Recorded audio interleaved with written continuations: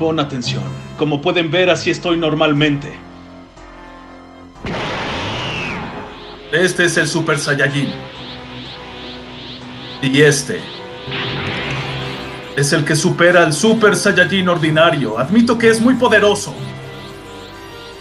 Podríamos decir que es la transformación del Super Saiyajin fase 2. Esas transformaciones son absurdas. No parecen tan sorprendentes. Y después, esta transformación superará los poderes del Super Saiyajin fase 2. ¡No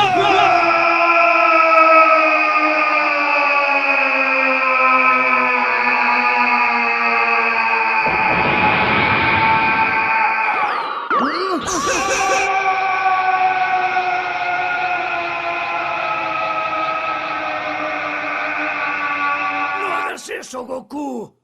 Si haces esa transformación, tu estancia en la Tierra será más corta.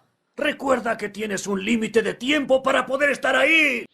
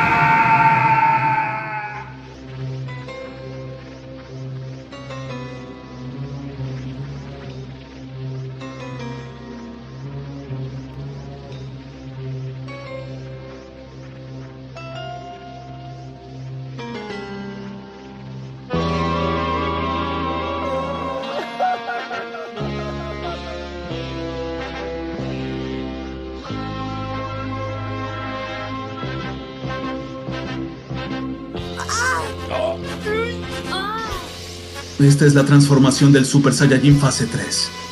Siento haberlos Los he hecho esperar, pero es que aún no me acostumbro a esta transformación.